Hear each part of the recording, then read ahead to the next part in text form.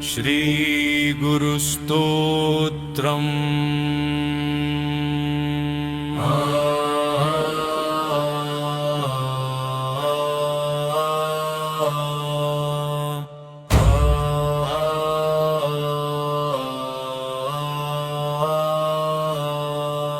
गुरुब्रह्मा गुरुविष्णुः गुरुदेवो महेश्वरः गुरुसाक्षात् परब्रह्म तस्मै श्री गुरवे नमः।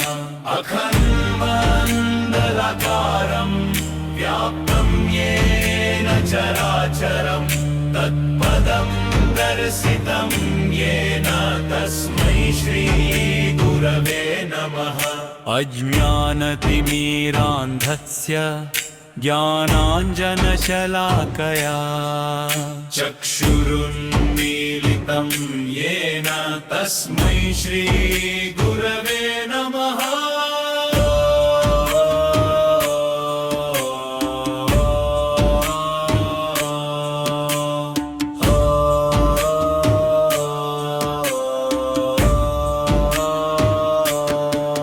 स्थावरं जङ्गमं व्याप्तं यत्किञ्चित् न चराचरं तत्पदं दर्शितं येन तस्मै श्री गुरवे नमः।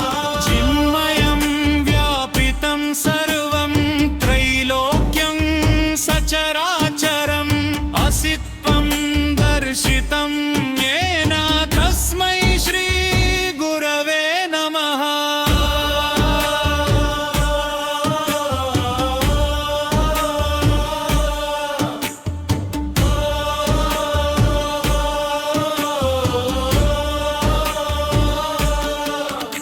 त्वमेव माता च पिता त्वमेव बन्धुश्च सखा त्वमेव विद्या द्रविणं त्वमेव सर्वं मम देव देव।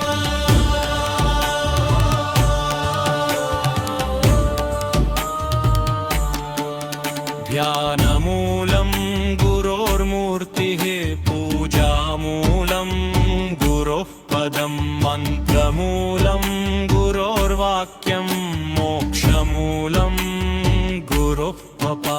ब्रह्मानन्दं परमसुखदं केवलं ज्ञानमूर्तिं द्वन्द्वातीतं गगनसदृशं तत्त्वमस्यादिलक्ष्यम्। एकं नित्यं विमलमचलं सर्वधी साक्षिभूतं भावातीतं त्रिगुणरहितं सद्गुरुं तं नमामि। इति श्री